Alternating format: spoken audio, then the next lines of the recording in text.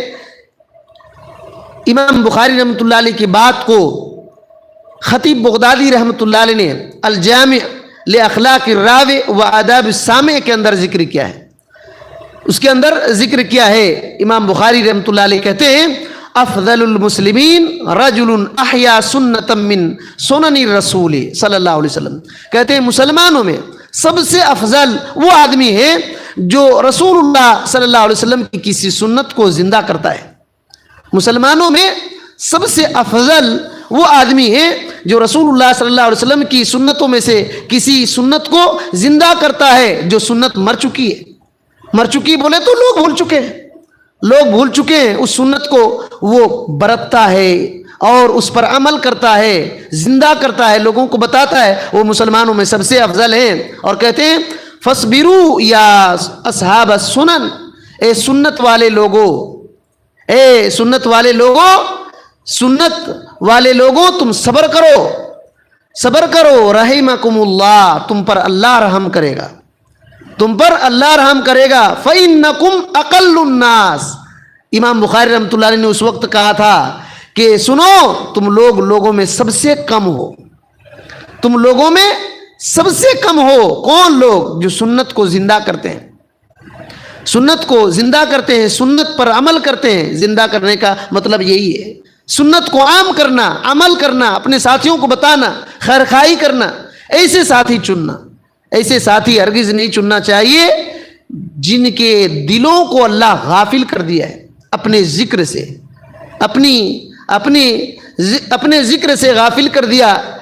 اس کے معاملات بکھرے ہوئے رہتے ہیں، وہ آدمی پریشان رہتا ہے، اس کو وقت میں برکت نہیں ہوتی. لیکن جو آدمی اپنے آخرت کو سدھارنے کے چکر میں رہتا ہے، ان کے پورے اعمال اللہ رب العالمین ان کے معاملات سمیٹ کر کے رکھتا ہے، سمیٹتا ہے، اور کم وقت میں بہت کچھ کر جاتا ہے. یہ بات ہے. اور آخر میں ایک بات کی طرف اشارہ کروں گا کہ غلط صحبت کا نتیجہ کیا ہوتا ہے. اس کے بارے میں انشاءاللہ تفصیل کے ساتھ میں موقع آئے گا تو آئندہ بتاؤں گا. حماد بن ابو سلیمان، حماد بن ابو سلیمان یہ امام ابو حنیفہ رحمۃ اللہ علیہ کے استاد تھے. امام ابو حنیفہ رحمۃ اللہ علیہ کے استاد تھے اور بہت بڑے فقیہ تھے، بہت بڑے عالم تھے. امام ذہبی رحمۃ اللہ علیہ نے سیر اعلام النبلاء کے اندر ان کے بارے میں لکھا ہے کہ العلامہ فقیہ العراق. یہ علامہ تھے، علامہ بہت بڑے عالم، اور عراق کے فقیہ تھے، اور انس بن مالک کے شاگرد تھے. اور انہوں نے ابراہیم النخعی جو تابعی ہیں، ابراہیم النخعی سے فقہ حاصل کیا، ابراہیم النخعی سے فقہ حاصل کیا. اور اسی طریقے سے ابو وائل سے علم لیا، زید بن وہب سے علم لیا، سعید بن المسیب سید التابعین ان سے علم لیا، سعید بن المسیب اور عامر الشعبی رحمۃ اللہ علیہ سے علم لیا. اور ان کو بھی علماء نے صغار تابعین میں ذکر کیا ہے. حماد بن ابو سلیمان کو صغار تابعین یعنی چھوٹے تابعی میں ذکر کیا ہے، چھوٹے تابعی میں ذکر کیا. اور بہت بڑے عالم تھے. اور کہتے ہیں کہ انہی کے شاگرد امام ابو حنیفہ رحمۃ اللہ علیہ بھی تھے. ان کے کئی شاگرد تھے، اسماعیل ابن حماد، حکیم بن عتیبہ، اعمش، زید بن انیسہ. اتنے بڑے بڑے امام وقت کے ان کے شاگرد تھے. بات میں آ رہی ہے. لیکن کیا ہوا جانتے ہیں؟ یہ آخر میں ان کی باتوں کو، ان کا اٹھنا بیٹھنا رہنا سہنا سلف صالحین کے طریقے پر تھا، سلف صالحین کے طریقے پر تھا. لیکن آخری عمر میں مرجیہ فرقے سے مل گئے، آخری عمر میں مرجیہ فرقے سے مل گئے، مرجیت الفقہا میں شمار ہو گئے. اور ان کا مسئلہ ایسا ہوا کہ انہوں نے اعمال کو ایمان سے نکال دیا کہ اعمال جو ہے نماز روزے یہ ایمان کے حصے نہیں ہے. بات سمجھ رہی ہے؟ کیوں ایسا ہے اس کے بارے میں تفصیل بتاؤں گا، صرف اشارہ سنیے. انہوں نے اپنے اوپر بہت اعتماد کر لیا اور غلط عقیدے والے لوگوں کے پاس جانا شروع کیے، مرجیوں کے پاس گئے، اور وہیں سے جاتے جاتے ان سے بات چیت کرتے کرتے خود مرجیہ ہو گئے، بلکہ اپنے شاگردوں کو ارجاء کی طرف دعوت بھی دی، اپنے شاگردوں کو مرجیہ فرقے میں بنائے، مرجیہ فرقوں میں بنائے. تو یہ اتنی بڑی بات ہے. اور کیا کہہ رہے تھے جب ان سے کہا گیا آپ کے تو استاد ابراہیم النخعی اتنے بڑے تابعی ہیں، تو کیا کہتے تھے؟ جیسے کہ یہ پوری باتیں امام ذہبی رحمۃ اللہ علیہ نے سیر اعلام النبلاء کے اندر ذکر کیا ہے.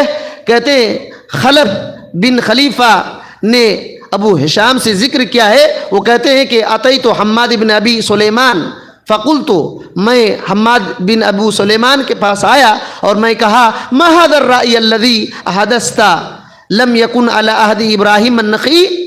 آپ یہ کیا رائے نیا شروع پیدا کر دیے، نیا کیا پیدا کر دیے ہیں، جبکہ ابراہیم النخعی کے زمانے میں تو تھی نہیں یہ بات، اور آپ ان کے شاگرد ہیں، آپ ان کے شاگرد ہیں، یہ نئی بات آپ کیسے یہ گڑھ لیے ہیں؟ تو کیا کہتے ہیں جانتے ہیں؟ کہنے لگے لو کان حیا لتابعنی علیہ، اگر ابراہیم نخعی بھی زندہ ہوتے تو میرے ہی پیچھے چلتے۔ اگر ابراہیم نخعی جو ان کے استاد تھے، ابراہیم نخعی تابعی تھے، اگر کیا کہنے لگے کہ اگر میرے استاد ابراہیم النخعی بھی زندہ ہوتے تو میرے ہی پیچھے چلتے، یعنی ارجا، وہ بھی مرجیا ہو جاتے۔ بات سمجھ رہی ہے؟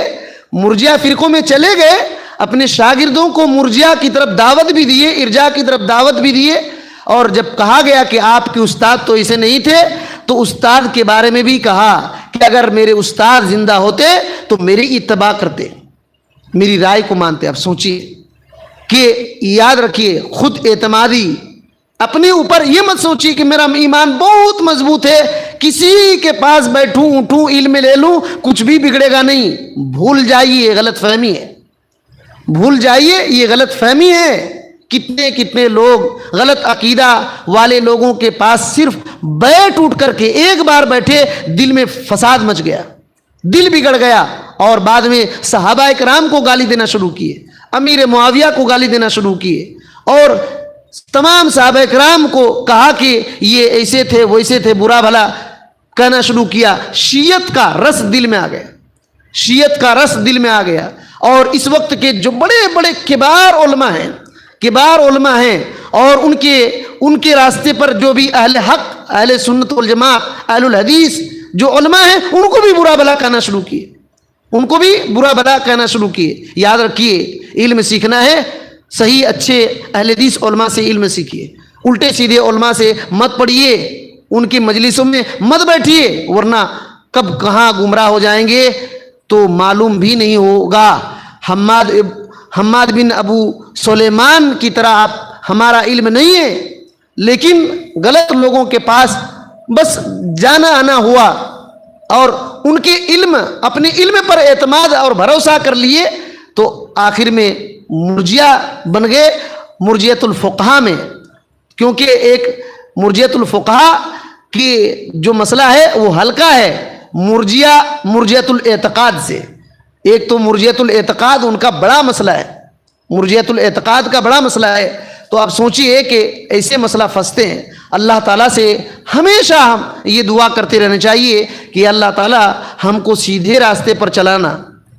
ہم کو معلوم نہیں ہے سیدھا راستہ کیا ہے، اے اللہ تعالیٰ ہم کو نبی کریم صلی اللہ علیہ وسلم نے جو سیدھا راستہ بتلایا ہے اس کو سیکھنے کی توفیق دے، اور صحابہ کرام رضوان اللہ علیہم اجمعین جس راستے پر چلے ہیں اس کو سیکھنے، قبول کرنے، اس پر چلنے کی توفیق دے۔ ہم کو ہر قسم کے فتنہ فساد سے اللہ تعالیٰ بچا کر رکھے۔